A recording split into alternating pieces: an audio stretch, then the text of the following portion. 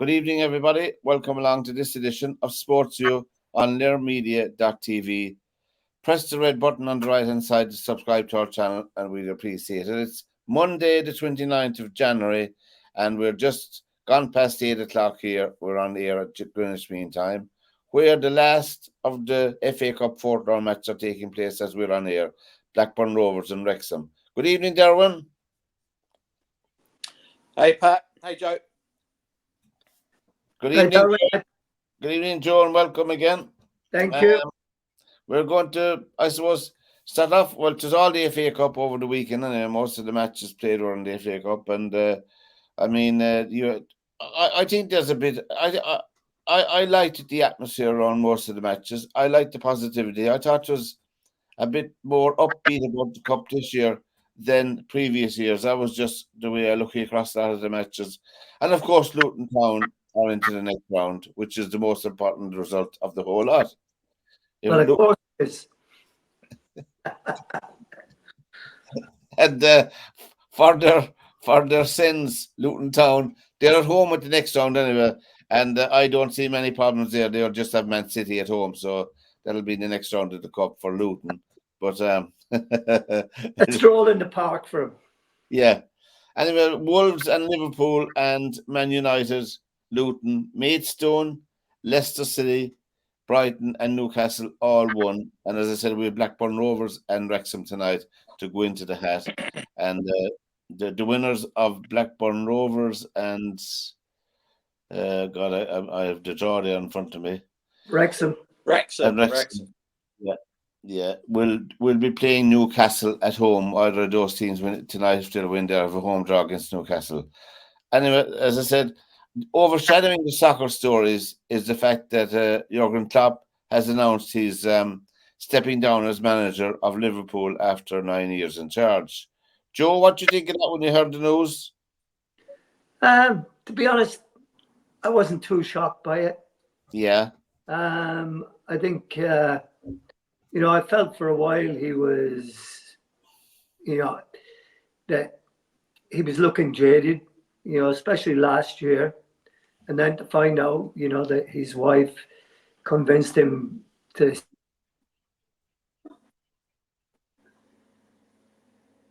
the other half of the year, So doesn't surprise me. He did that when he was at Dortmund as well. What do you think? What do you think, Derwynne, of the decision? Well, I think he's a clever guy, isn't he? He's not stupid, and if he realises he's not really, perhaps the word he hasn't used is enjoying it, isn't he? That's what it sounds like. He's kind of just a bit jaded from it all. But if he's not enjoying it, then why would you do it? It's a tough job. You run all the time. It's not like in the old days, when it was kind of a bit of a 9-to-5 job sometimes, and you got time off. Nowadays, you don't get much time off, and the pressure that they're under.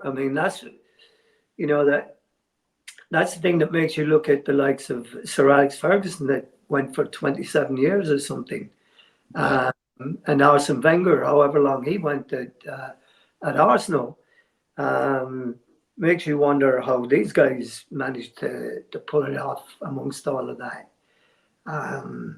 He was talking at several of the news conferences. He was saying, look, it's not about managing the team anymore. It's every club. It's a huge, big business. So he said, I have between 200 and 300 press conferences every year. 200 to 300 press conferences, as well as all the other duties I have as a manager. He wasn't complaining. He was stating, and then you have the sponsors' duties to perform as well on top of all that. So, I can understand why the man would get, or any manager of a top club would get jaded, And when I heard it, I wasn't surprised because, like you, Joe, I suspected that he wasn't going to be around for a long, long time anyway, But he was successful. He brought the club back to prominence. He's after putting the club into a fantastic position. And now there's people touting today on some of the sports websites that Graham Potter could be in the frame to take over. I don't know about that myself. I doubt that is that one isn't even in the gate. I don't think that's got no chance. No chance. I'd be very surprised. Be very surprised. No, if you're coming into Liverpool now, they're going to have to bring in a high-profile manager or somebody that's certainly been successful somewhere in Europe. And the hard part here is there's really not that many people around. No. I mean, Ancelotti is already committed to Real Madrid. You're looking around at the other ones. Tuchel is at Bayern. He's not going to be moving for a while anyway. Well, I wouldn't imagine. I mean, I don't think everything is going according to plan over there, but I doubt that they'll be doing anything with him. Guardiola is not going to go anywhere. So, who are you really left with that's a top class guy that would come in to a club in a dressing room like that and get the immediate respect of the players there. I've been trying to agree with you that it would be the usual suspects are being rolled out, but as you said, you need a manager that will instantly get the attention and respect of the players on the team, and there are very, very few of them around. Derwynne, what do you think? Could Alex Ferguson make a comeback at 80 years of age? Do you not think Steve Gerrard might be a choice? No. Not a hope. No, not a chance. He doesn't. His track record now. I mean, Frank Lampard. No. No, definitely not. So, to be honest, I really don't know who's really out there that they might want. I mean, Hansi Flick is available, but another German didn't do great with the national team, but that's really been the only downside of his thing. Well, they have. You don't think Klopp would put a word in for his mate Wagner or whatever his name is? For his number 2 from there? Norwich. Oh, for Wagner? The Norwich. Yeah. David Wagner in that. I mean, that's... but, Dave Wagner also, the problem with doing a great job like Dave Wagner did it at Huddersfield is that you take him to the promised land, and when you get there, it's a whole different animal that you're dealing with once you get up there. And then you're not, you're struggling against relegation, and straight away your reputation takes. It does, but Eddie Howe went from Bournemouth to Newcastle, which were given a massive injection of cash. Now I agree, it took him a while to find his feet, but he's a very good manager. Eddie Howe, I'm talking about now. But he is. But I mean, look what's happened at Newcastle. I mean, they had the initial, like everything else, Bounce. Yeah, you come in and you make all the difference. You have a couple of good players. You change players around, and they're flying all over the place. And then all of a sudden, you hit the wall, and now they're below Man United now in the league. And so yeah. I don't see Eddie Howe being the guy that is going to be Liverpool are going to look at and say, "Oh wow, we have to have him." I mean, they were already talking that at one point there, Eddie Howe was under pressure as to whether he was going to stay at Newcastle or not, because the results and and it's again typical of what happens. I mean, he does a great job. He gets them into the Champions League, a club that is not equipped to play in the Champions League, the Premier League, the FA Cup, and the League Cup all at the same time because they don't have enough players. Yeah, it's very challenging, and It's and the hugely one, challenging. yeah, the So one his good thing, reputation takes a yeah, hit. the one good thing about Liverpool is that Klopp is there till the summer anyway, So Yeah, they have plenty time. I know that they're looking at there's another one they're looking. I forget the name. I should have written it down. They're looking at somebody from Argentina, but I don't know how true that is. I saw that. I saw that they're looking at Yeah, Javi Alonso as well, or the press are talking about that. the press are talking about your man in Barcelona. Yeah, yeah, Yeah, well, no, Javi, they're saying Javi is out at the end of the year as well. But yeah, Alonso that played for Liverpool, yeah.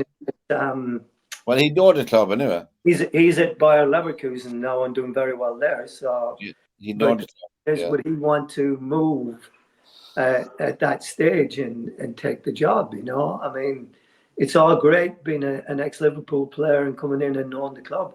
Look what happened to Graham Souness when he went in there. You know, did a well, fantastic job at Rangers, winning everything, but that's not the English Premier League. no, no. Yeah, so whoever goes in there has a huge job on their hands. I mean, and we don't. Let's be very honest here. Who's to say what happened to United is not going to happen to Liverpool? When Sir Alex Ferguson said he wasn't going to come back, all of a sudden the next season the team is struggling. They wanted Ferguson gone now. They wanted this, that, and the other. I mean, all of a sudden, when the manager loses that fear factor, well, he can't make any decisions about us for next year. Now they're all professionals, so I'm sure that that's going to be uppermost for them. But there is that side to it as well because they've been expected to work really, really hard. Their counter pressing game takes a huge amount of energy, and that's part of Yeah, where Klopp, the drop off. There is no rest for him whatsoever. When he's on the training field, it's 100 miles an hour. yeah. When he's off the training field, it's 100 miles an hour, It taking is. care of everything that you have to do around the club. We're on the air as the last on Monday, the 29th of January, as the last fourth round match was taking place. It's half time between Blackburn Rovers and Wrexham, and it's 3-1 to Blackburn Rovers. So it's looking like Blackburn Rovers are going to get through that tie anyway. So, and if they get through, as we were saying, Blackburn Rovers, they'll be playing Newcastle at home. So there you go now. Anyway, SportsView is the program on learnmedia.tv. Press the red button to subscribe to our channel, and we really appreciate it. We'll just move on from soccer. We'll get back to soccer again before the program is over. Anyway, the Australian Open tennis finished over the weekend. The first Grand Slam of the year, and Novak Djokovic was beaten. A very subdued Novak Djokovic, I must say, was beaten by the man who I fancied from the very beginning of the year, Yannick Sinner from Italy. Yannick won the first Italian to win a Grand Slam, and Yannick wins his first Grand Slam. And Ariana Sabalenka won the women's Grand Slam there, which she just breezed through the whole thing without dropping a set. It was a sensational time. But that's the first tennis Grand Slam over and dusted. The next one will be over in France at the French Open. In golf over the weekend, the Frenchman, Pavon, I know just seeing the Farmers Open, Derwynne, Pavon won it at minus 13, and I watched a nice good result for him. Yeah, I watched a nice bit of that on the Golf Channel.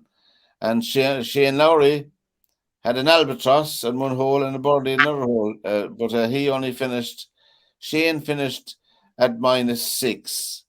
and down the field, but the top 24, I think he was in 66, 73, 73, and a 70 the final round. So he did reasonably well. He had a mixed bag, but he won. He won $69,000 dollars for his 4 days. So I suppose it softens the blow a bit. And the golf Olsen from Denmark won that at minus 27. He was 69, 62, 63, and 67. We're talking about that, Derwynne. He won the Ras Al Khaimah Championship. That's Olsen. And Pádraig Harrington was playing in that as well, and he finished at -2. And Pádraig had two reasonable rounds, 71 and 67, but then he 73 and 75, I think it caught up with him.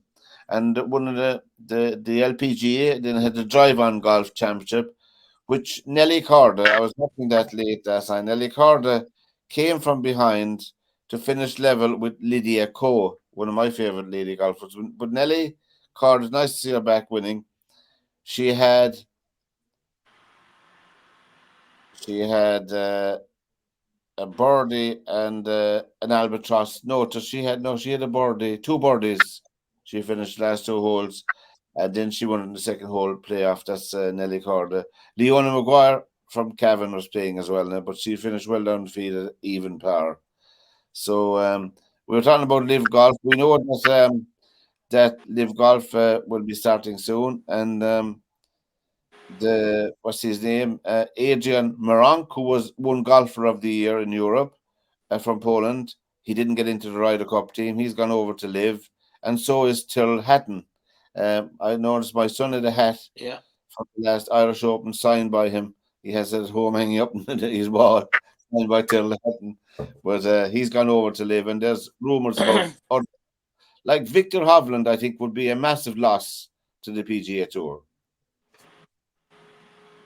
Derwynne, what do you think? I think there's quite a few, Pat, yet to come. I think this whole thing with this Saudi-backed partnership with the PGA Tour, that's not moving forwards at all. No. And that's just stalling now. I think that's falling apart, which is probably something to do with combination of Live as well as, that the Moynihan thing situation, creating waves with that. Jay Monahan announced that. He took a solo run last October. We're going into talks with that was to stop people going over. I think.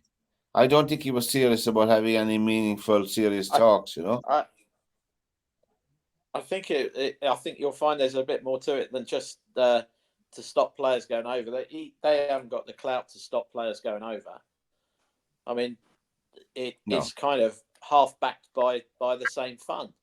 So, well, that's true. I just think there's been so much underhand stuff been going on in the back that the members of the PGA Tour didn't even know what Moynihan was up to. They then find out that Moynihan wants to be the CEO of the new alliance, shall we say? And he's supposed to be he's supposed to be saying that he's going to get $350 million a year for running the combination between the PGA Tour and this Saudi thing. And I think, you've only got to look now that how many players have come off that PGA Tour players committee. Your McIlroys and your Woods and everybody else who were they were the sound pieces, weren't they? They've all jumped off the committee now because they don't want to be tagged, shall we say? Well, McIlroy has committed to the Irish Open this year. He said he's definitely going to play in the Irish Open, which will be on in September. That's Rory McIlroy. So that'll sell an extra couple of thousand tickets anyway for the Irish Open. But the golf, I mean, I don't know about the golf. I can't understand it, lads. There's so much money in the ether, so much money rolling around. You would think that they'd be able to get the top 20 or 30 professionals together in a room and agree a format so they both can run side by side, and you can play with Live the first week of February. You can play in your PGA tournament, the Farmers, the next week. I can't understand why they can't organise the calendar to suit all the golfing. But there's no difference between. I mean, in reality, you've got selected fields anyway, right? So the World Golf Tour stuff, the WGCs, whatever events they are, that's for the top 50 on the world rankings, right? So there's elitism within the whole of these tour setups, right? So I get that, and they're all used to that, and all that happened with Live, they could be running Live events the same way. That's just they're Live players, so they go off and play in those Live events. Yeah, they can come back and parachute in to play. Most of them, to be fair, probably won't come and play because they don't want to. They don't want to be playing 30 tournaments a year. They only want to play the 15 events. That's all they want to play. That's right. And that's right. Those WGC events. If you're 120th on the US tour, you're still earning a great living, but you're not in those events. So you're missing out. So you go and play in, the Albuquerque Classic or something, which has got a smaller purse, but the rest of the top 50 are off playing for silly money in the WGC events. So you've got these different divisions anyway within all these tours. So amalgamating Live into the PGA Tour of America isn't such a big deal. No, I don't think it is anyway. But it doesn't help Moynihan. It doesn't help Moynihan, and it doesn't actually. I mean, you've got sponsors dropping out left, right, and centre because the PGA Tour can't attract the big players anymore. And I'm not saying Mickelson's a draw. I'm not saying, but when you start taking the likes of Rahm, Koepka, Hatton out of these events, Dustin Johnson, you've got some players missing. Yeah, you have it's because ridiculous that Dustin Johnson and some of these guys are that good. Yet, Cam Smith. I think he's not even in the top 60, is he, in the world now? No, he's not.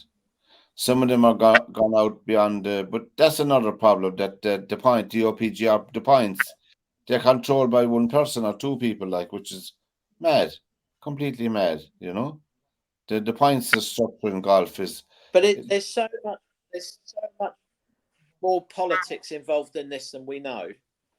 There is, yeah. I mean, the golf channel, the PGA of America to drag them in. Yeah, and I wouldn't watch the golf channel except the golf is on it because the two guys on it are horrible, terrible people altogether. They have a terrible attitude towards fellow professional golfers playing on Live Golf. Terrible attitude. And I find it distasteful. But how I actually think if the PGA Tour of America got rid of Moynihan, I actually think as someone else coming in with who's a little bit more there for the right reasons rather than his own benefit, which is what Moynihan's definitely moved down that road for the last 10 years. It's all been about him. That's true. I mean, realistically, but realistically, not to knock Moynihan too much, but aren't they all in it for themselves and what they're going to get out of it? None of them are doing it out the good of their hearts. They're all making and they're not doing it. And they're not doing it to grow golf and all this other crap. None of them are. But they need. Moynihan's an administrator. Together, right? Where my beef is, Joe, is that Moynihan's an administrator. He shouldn't be creating. He should be doing what the membership want, not what he wants. He's running off on his own agenda. Why can't they get rid of? Why can't they get rid of him? I think they can, but I think again, you know, he's found some money from somewhere, hasn't he, to bump up X amount of events. And Yeah. again, that goes back to Joe's comment, as in, here we go. Now we get, how do you keep these people on your side? Pay them more money. Yeah. Oh, and Well, I like Jay Monahan. There's no issues there. it's not If the healthy for prize the game. funds went backward, then they would be talking about getting rid of Moynihan. Well, if more sponsors leave, money talks. If more sponsors leave, I mean, there was the farmers golf tournament on over the weekend. That's a long, well established tournament, and at one stage you were looking at the top 15. With all due respect to them, nobody's on the leaderboard. You know, people you wouldn't fly out to have a look at. You know, and I thought it was a poor field myself. You know. You had the slowest golfer on the planet, Cantley, I think, was playing. You know, but apart from him, I didn't. Shoffley was playing. Alexander Shoffley was playing. But apart from those two, I thought the field was poor enough. You know. Anyway, that's just my opinion. SportsView is the program on learnmedia.tv. Tell all your friends about us and press the red button on the right hand side to subscribe to our channel. Now, Jodic and Derwynne, it's the Kansas City Chiefs versus the 49ers for the Super Bowl of all places. Is it on in Las Vegas, Joe, is it? I think it is Vegas, yeah. That'll be some week down there for the Super Bowl. Oh, yeah. There's nothing to do there except pull handles. Oh, yeah. Yeah.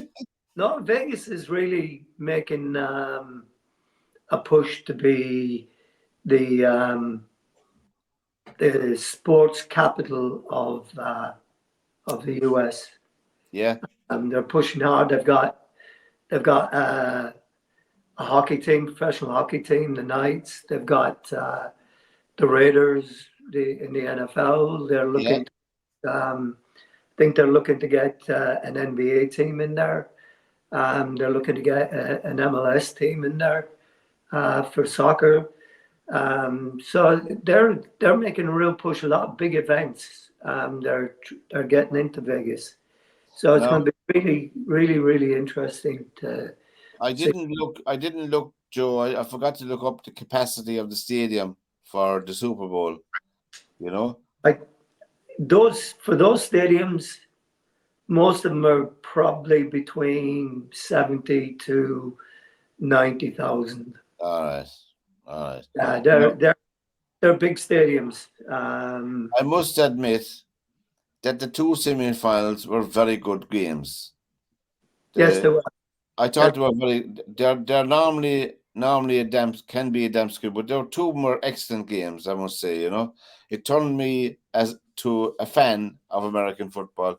I know they take way too long. You know, you can go away and cook tomorrow's dinner while in some of the breaks. But anyway, nevertheless, for television, you know, I just watched. I was lucky enough to be able to watch the highlights of both matches. So I thought Kansas City I think they'll retain the Super Bowl. I think they will. Well, they're coming good at the right time. I think they will. They went into Baltimore and beat Baltimore. Yeah. Baltimore are a very, very, very good team. They're a super team. Yeah, and Kansas City, Mahomes and his guys, his offensive guys, the defense was brilliant, and they got their scores, got their points on the board. In the other game, I really thought Detroit shot themselves in the foot big time. But it's easy to second guess people because they have all year. They've gone for things on fourth down and it's worked for them. And yesterday, unfortunately, they dropped. They were very unlucky in some instances. One ball where a receiver is going for it, comes off his face mask, and a defender catches it, which is very unfortunate. And it is, yeah. That's unlucky. That's unlucky. Yeah.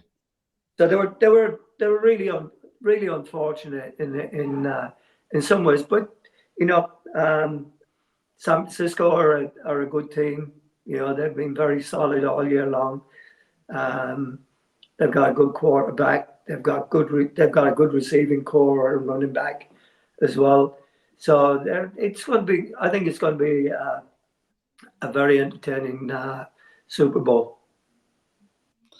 Well, I that's think the we Super should. Bowl. I think we should give Joe some credit. You know, a couple of weeks ago, he did say the 49ers would be a good bet. He did say both Kansas and the 49ers. I remember saying it, Joe. Yeah, and fair play to Joe. Yeah. Joe, the secret. I wish I had put a couple of on myself. Yeah. So anyone heading to Las Vegas? Yeah. Las Vegas is a place for the Super Bowl. Kansas, and San Francisco. So it should be a very good match because I think it's. I know it's an old cliche, but the two best teams are in the final. Yes, they are, and on current form, both of them are. Yeah, and that's good in any sport.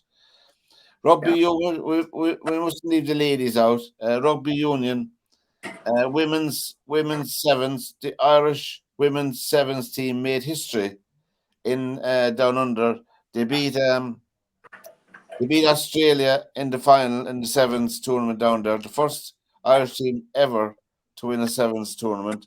And of course, they've qualified for the Olympics as well, which is another cool for them.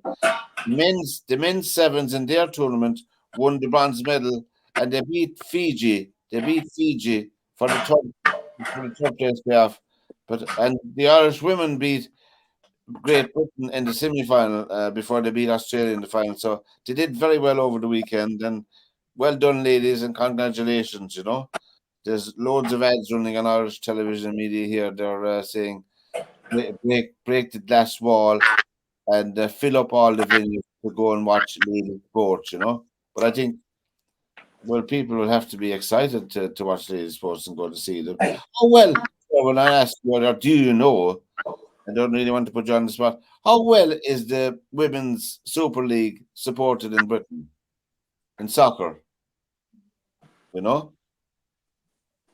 It gets a lot of people. Yeah, a lot of people go to watch them.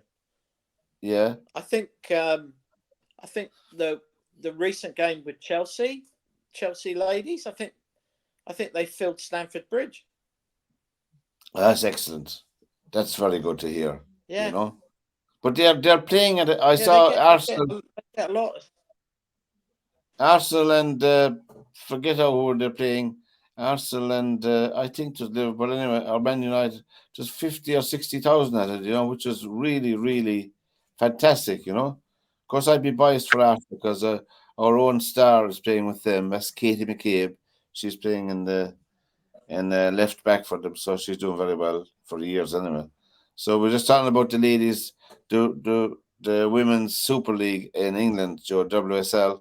It's being well supported, and it's a good product.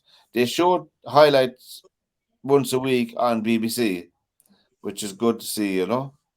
And but you know, I don't know. They have a long ways to go, I suppose. Just going back to like the golf, it's down to the sponsors and it's down to the television people. If you have the audience, you'll be on television. Is that you won't be on television before you have the audience, before you have the interest? Well, you know? I mean, you have to have somebody to sell it to, right? You know. I mean, so what money are you getting back for it? Right.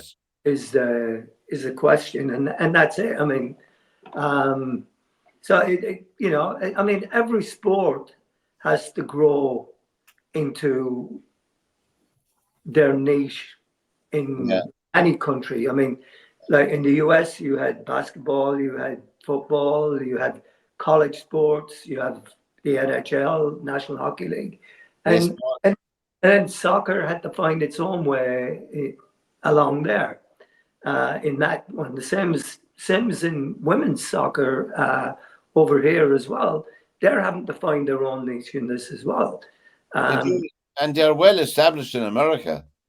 Well, yes, they are because they've been around for a good while. So, you know, college soccer has been here. And of course, America have won a few World Cups.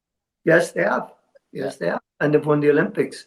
Yeah. So it's, I mean, the sport is well established, but it's not a top level drawing sport. Right. There are the other ones. The tradition in America would be the American football and basketball. Yeah. Yes, yeah, And all the money is there, you see, all the money, all the television, all this stuff is there. But I and well, remember, Joe, I remember the excitement. baseball is huge. Yeah, we were talking about it in one program. I remember the excitement around the world when Pele went to play with the New York Cosmos and Franz Beckenbauer when they all went there. That was back in the 1970s. Right. And I mean, that's a long ways back now. That's over nearly 50 years ago, Right. And it has taken a long time to get men's soccer established in America, Yeah, yeah. When you're trying to break into a market that has got 4 established sports already, and you have, I mean, take for instance baseball. Yeah. They put a baseball game on in the middle of the day on whatever channel network it's on, and it takes 8 hours to play it. It can be on that long. That's a lot of serious TV time and advertising time that you're getting out there. So it's and there's people, there's people watch it. There's not a lot of people go to the daytime games because most people have to work, but they certainly do to some games when they're on. So to break into anything like that, and then you forget college sports are hugely Big deal. competitive here as well. Big deal, they are. Yeah, they're a huge deal. I mean, I don't know if you guys have seen the new movie out, The Boys in the Boat. It's called George Clooney just Yeah, released. And it's about the 1936 Olympics. Yeah. And that college rowing has been going on for that long. And even now. The actor, Johnny Weissmuller, was he a swimmer or a rower? Johnny Weissmuller, who played Tarzan, the old swimmer. He's a swimmer. He was a swimmer. Yeah. An Olympic swimmer, yeah. And Grace Kelly, the actress, was in the Olympics or did try out for the Olympics as well. Yeah. But it takes a while. It takes a long while to break the mold. I mean, there's a huge tradition of cricket in England. I mean, when I went over there, that's the first thing I noticed when I went over there in the 1970s. I mean, every single club cricket match was on morning, noon, and night. Derwynne, I thought there was no other sport on television over there, only cricket. But it's their national. You could say. But with the cricket game? I mean, 2020 cricket has kind of revolutionised evening cricket. Oh yeah, yeah. Because you'll get, you can go to 2020, and the Lords or the Oval or Trent Bridge, Old Trafford, wherever, they're sold out because it's quick. People go after work, have a beer, watch it. It's good entertainment because they're just hammering it. They're not, it's not 10. Well, they go, but they've got to last for 5 days. From the first ball, they're bang. Oh, they go mad for it. Yeah. Yeah. And I've been a few times to the 2020, and it's great fun. It's a real night out. Yeah. But remember the old one-day cricket? Remember when they'd have those tests, and the Australians playing with like Middlesex Thompson and Lilly in those days? Yeah. I mean, as opposed to a 3-day test or a 5-day test, it was just like it was great to watch it. It's not like Jeffrey Boycott sitting at the crease and just defending the stumps for 4 days. Yeah. And never making a shot. Yeah. This stuff is the stuff that they started. It's like when who was it? Gary Sobers hit 6 for 6 at Northampton that time when he he received 6 overs and hit 6 sixes. You know, he was just like laying into it, and that's, I mean, that the one that you're talking about there has been great. It's been a shot in the arm for cricket. And Oh yeah, most that professional. 2020 and the new one as well with the 100. That's fascinating as well, because it's just 100 balls. Yeah. And I was looking it's at fascinating, that one. I was looking at one of the 2020 matches last year over in India. There was 120,000 people at it, you know. Now that's probably a small crowd for India, but the idea of 120,000 people watching a cricket match, to me, is astonishing, you know. It's absolutely astonishing. Talking about having an innovation in snooker, I see they're trying to add on. They've applied to have a major tournament in Saudi Arabia, and they're going to play it. The tournament is being touted as being played. They're going to play it with an extra ball called a golden ball that will have a value of 20 points in it, you know. Anyway, that's all I know about it, but I was reading over the week. Did you come across that, Joe, yourself? I did that myself. They were trying to do that. I was driving somewhere the other day to play some golf, and it was going quite early in the morning, and 5 Live were talking about this golden ball with the snooker. But one of the researchers came on and actually said, you know, Joe Davis invented where there was 8 colours. They used to have tournaments where there was 8 colours to play for. There would be a ball between the brown and the blue, and there'd be a ball between the blue and the pink. And they literally, and it was like a one-off sort of series. But then I think the commentator on the radio turned around and said, well, that's Joe Davis going back into the 50s or something. And she said, no. Alex Higgins has played that game. Jimmy White's played that game, where they did it at Butlins and at that must have been in the 1970s, didn't it? That was the 1970s at least, you know. I don't. The guy they tour all the time. The golden ball thing isn't really that new. Yes. I remember they came to Grimsby and Cleethorpes, and we had a holiday camp on the Humberston Fitties, and the guys came and played there. Beach Home came and played there, and they played their regular set of matches, and then they played with this one-off thing, you know, and it was just fascinating to watch it, you know, totally different to anything that I'd even heard of before, not to mind seeing before. It just brings a whole different, you know, just a whole different crease to the game, you know. It was fun. They had 2 more colours between the brown and blue and between the blue and pink, was it? Yeah.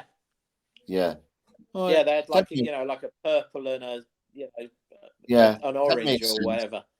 Yeah, that makes sense. Yeah, that makes sense. I watched. And they carried different points, and if you did something with the pink one, like you snookered someone on the purple ball or something, that was worth, instead of 4 points for a foul, it was worth 7 or something. It was. But they go back to Joe Davis days and Fred Davis when they were doing that stuff. I could never get into pool, because pool to me was just, pool is the break off shot, because you know you're going to win the frame if you're any good once you pat the ball. Well, when you played snooker and then you go to a pool table, all of a sudden it's going from like a bucket to a bathtub, the size of the hole, the way it looks. That's good. With apologies to all the brilliant pool players out there. It's a great game. I mean, an absolutely great game. It is. I remember when we went to Holland when we were young guys, and we'd play in a tournament there in the summertime in Amsterdam, and in the clubhouse they had the billiards, the two red Oh, balls, yeah. the Billiards, yeah, I used to love two billiards. balls, and that was the first time I'd ever seen that, and fascinated by that, how you could cannon off from one to the other, and get your scores and what have you. It was in between matches we'd be lined up to play. That it was a great rest time, for us. So yeah, but yeah, when you go from snooker and the size, the length of the table compared to the length of the table of a pool table, but then you look at the skill factor involved in a lot of this, and they have so many different ways of playing pool. Yeah. It's not just the straight up. Uh, like you say, you win the break and you're done kind of thing.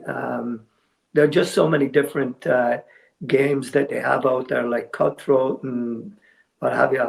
So I mean, and the skill for it. If you've ever watched them play, I mean, what they can do with spinning those balls and positioning them is really amazing.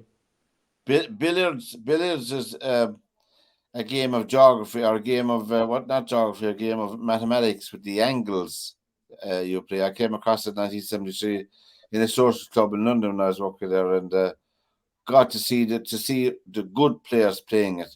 Oh yeah, It was as good as any game, once you oh yeah, understand, yeah. it's a fantastic game.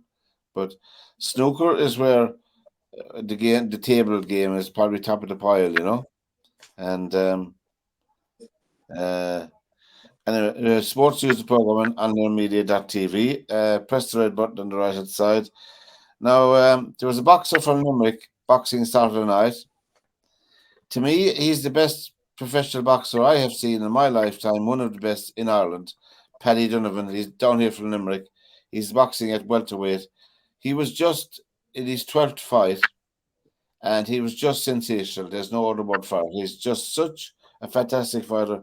That's the second time I've seen him now boxing, and hopefully now he'll have a fight in the UL Arena here in Limerick. Hopefully soon we might get to see him in the flesh, so to speak. But there's a name for you now, all your listeners and viewers out there, Paddy Donovan. He's going to be world champion if he's looked after properly, and the matches are made properly. There's an awful lot of thing. It isn't just boxing you become world champion. I know it's an awful thing to say. There's an awful lot of politics and money and shenanigans going on. I am disappointed that he's with who he's with. I won't mention their name because we don't want to end up with a court case with a six-figure sum against us or anything like that. But I think the people he's with, they don't have a good track record. Let's put it like that, and if people can say any more. But Paddy, I hope he does well. I hope he's world champion someday. He deserves it. His talent alone, he's the best boxer I've seen since the days of the Olympic greats, like what's his name? Oh God, he got out of my head now. Jim McCourt. Jim I McCourt. was just going to say, yeah. Yeah, Jim McCourt, and those small boxes are just dynamic, But to me, Paddy Donovan is the best since Barry McGuigan. Barry McGuigan was a dynamic boxer again. Bad management, sent out to defend his world title in 110 degrees of heat in the middle of the day in Texas, a world boxing match in the middle of the day. My God, and nobody remembers who beat him for the title. That goes to show. Anyway, all the sorry stories in boxing, we don't know. I think the next heavyweight boxing championship we have to look forward to will be in Saudi Arabia. By the look of it, that's where the money is for the fight.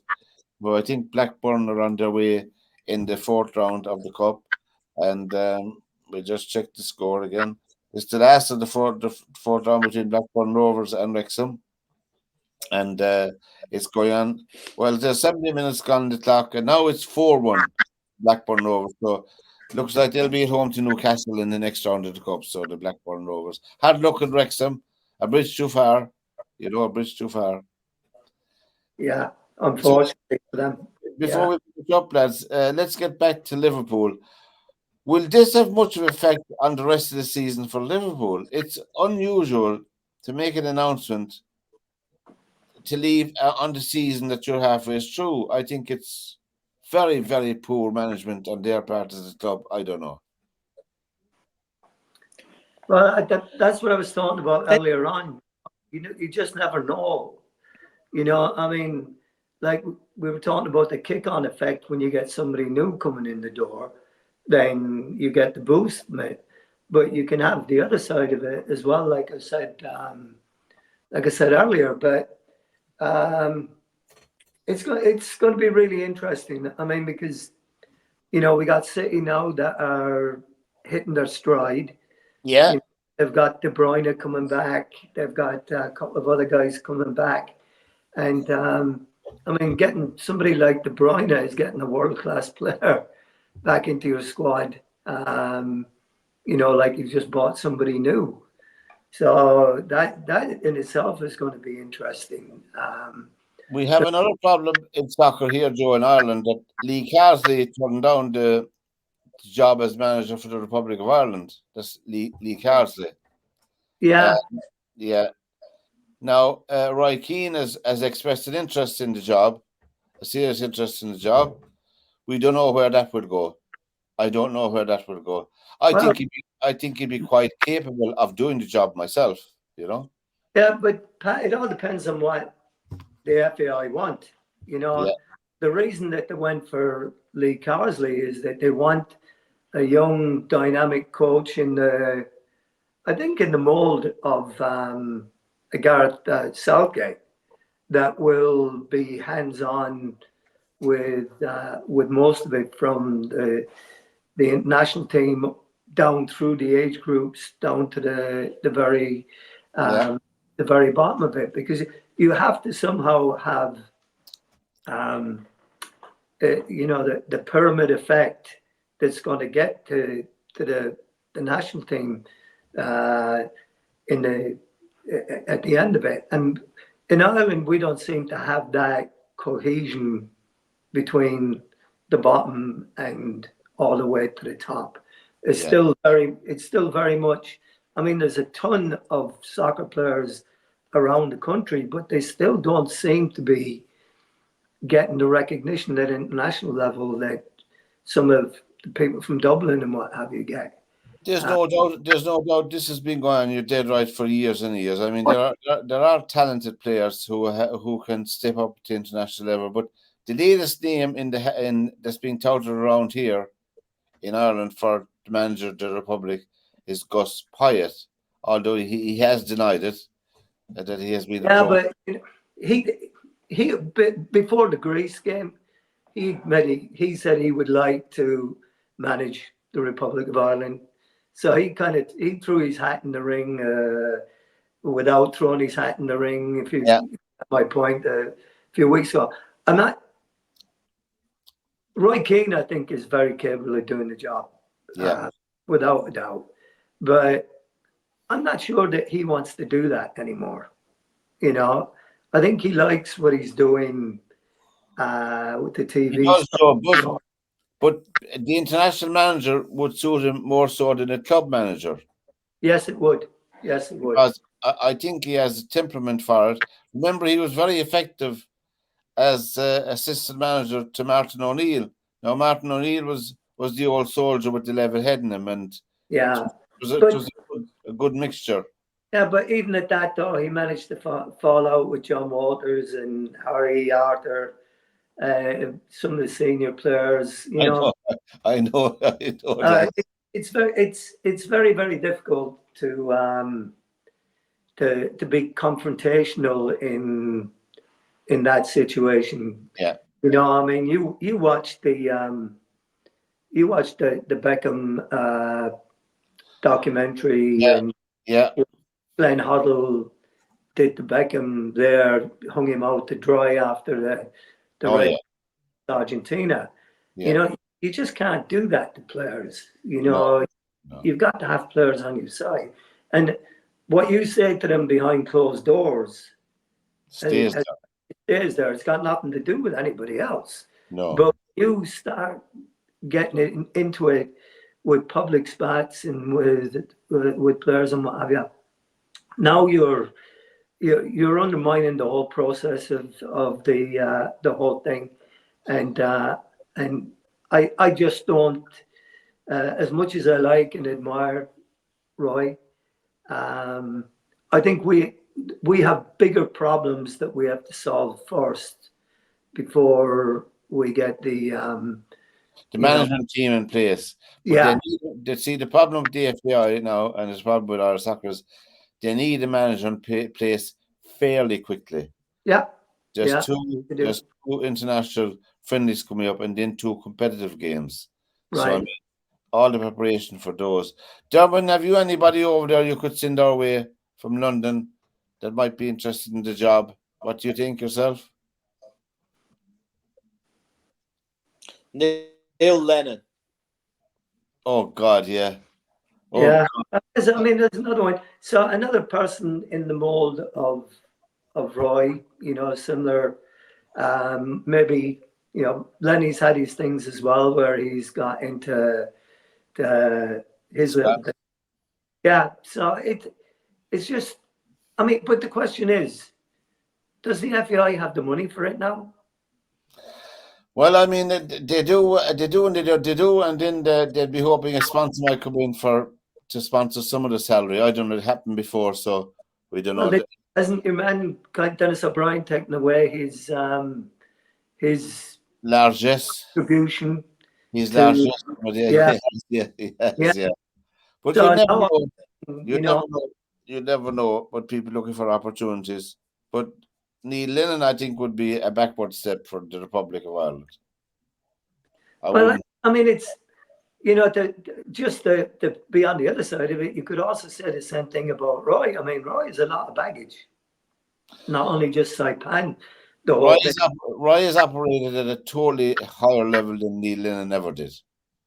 But as a player, he did. But Neil Lennon had a very good stint at Celtic. Yeah, but there's only 1.5.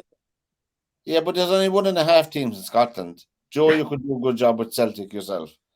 With all due respect, really, to everybody else playing like. Yeah, well, I don't disagree with you on the point of being 1.5 teams there. I don't know about doing the job, but it just seems that there must be somebody else there. I mean, I know we went down the with Stephen Kenny, we went down the Irish, but that's not the first time we've done that. We did that with Carr as well. We did it with Steve Staunton, and Steve was, I mean, and that's why I was never sure about Lee Carsley. Lee Carsley has never managed a professional team. He's managed an under-21 team or an under-23 team, whatever his role at the under-21 team in England who won the European Championship. Yeah, but I mean, you go back in 5-10 years' time, look again and see how many of those players have progressed to the England full national team. We're talking about a different animal here. We're talking about young people that are still developing and progressing and what have you. Yeah. Right now, his remit to make this work, whatever way they were going to go about it, but didn't they have Packy Bonner in that role before? That he was doing work there at the grassroots to bring everything together and up. And it just seems to me, with Steve Staunton, again, going back to him, he was the assistant manager at Walsall, had never managed a first team squad. There's a big difference between being a first team coach and being a first team manager. Yeah, absolutely. You're the one that has to tell the home truths. Yeah. The first team coach is the one that pats you on the back and says, "Go on, you're all right. This is what he really means. It's okay." Joe, have you the email, Joe, of the FAI yourself? Oh, I have not, and I don't want it. Thanks very much, but I think we're Derwynne, what do you think? Joe could be the manager, and then the two of us would be his backup team, is it? There you go. Yeah. Joe. we're at we're at a very interesting point. I mean, to be honest, we're probably at the lowest ebb we've ever been as a national federation in terms of how the quality of players that we've got. We have a very young squad. Yes, we do. Yes, we do. And again, very young squad. It's not always going to be that they're all through. Now, we wish whoever is going to be in charge of the Republic of Ireland the very best. If you want to watch a really good program, it's on BBC iPlayer, and it's called Pitch Invasion, and it's all about how the First Division and Premier League, how many Irish and Scottish players and Scottish managers and everything else, and Irish managers, and the effect they've had on football in England. And I watched it's about 3 parts to it. It's unbelievably watchable. So 1979, Arsenal versus Man United FA Cup final. Yeah. 22 10 Irish players. 15 of them was Irish and Scottish. Jeez. Brady, Lawrenson, O'Leary. But Pat Jennings. Yeah, I mean, Pat Jennings, Pat Rice, Sammy Nelson, Liam Brady, Stapleton. Yeah, who else on the Arsenal team was there? I was just reading about it last night. Kevin Moran on the. Wasn't John Devine? Did John play? I'm not sure if John played in that match or not. Was it later? I thought Pat Rice was right back for that one. I might be wrong with that one, but it's a great program. So what's the recommendation to our listeners? Pitch Invasion, Derwynne's recommendation, a 3-part series. Yeah, Pitch Invasion, Irish and Scottish players, the effect they've had on English football. That's it now, lads, for you watching for the rest of the week, and you can report back to us next Monday night. And a book for you to read. I'm just reading Liam Brady's biography. Born to be a Footballer. Yeah. And Liam, and it got great kudos here, got great reports as a book. You know? It's a good read. I was around for a few of those games. So it's a good read. Chippy Brady, one of the very best. Yeah. On that positive note from Joe, Derwynne, and myself, lads, so we meet again next Monday from all of us here in SportsView. Good night, take care, and good sporting, reading, and watching for the week. Pitch Invasion, recommended by Derwynne for your watching, and Liam Brady's autobiography from Joe is your reading material to catch up on. Take care. Bye-bye now. Good night, lads.